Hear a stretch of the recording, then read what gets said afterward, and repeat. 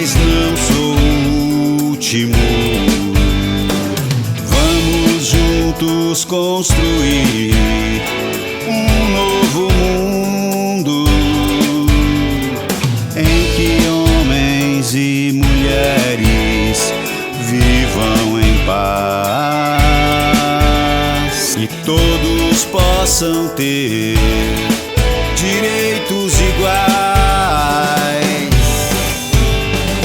sem distinção de cor e classe social, de religião e orientação sexual.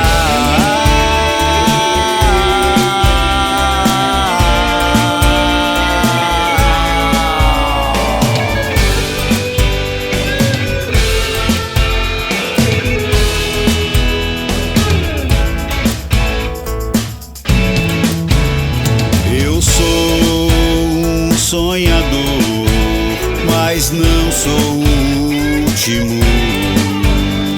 Enquanto houver por que sonhar, então eu luto para que as pessoas venham viver sem medo, livres e felizes em um novo tempo, sem distinção de cor e classe social, de religião e orientação sexual.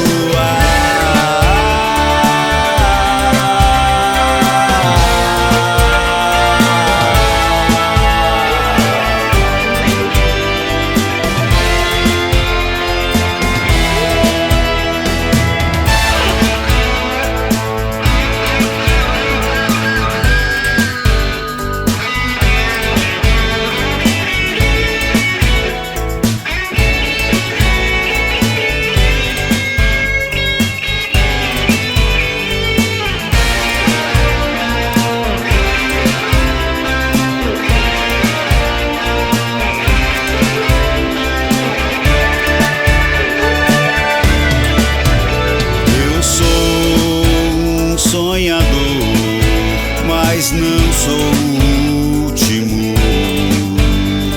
Enquanto houver por que sonhar, então eu luto para que as pessoas venham viver sem medo, livres e felizes em um novo tempo, distinção de cor e classe social.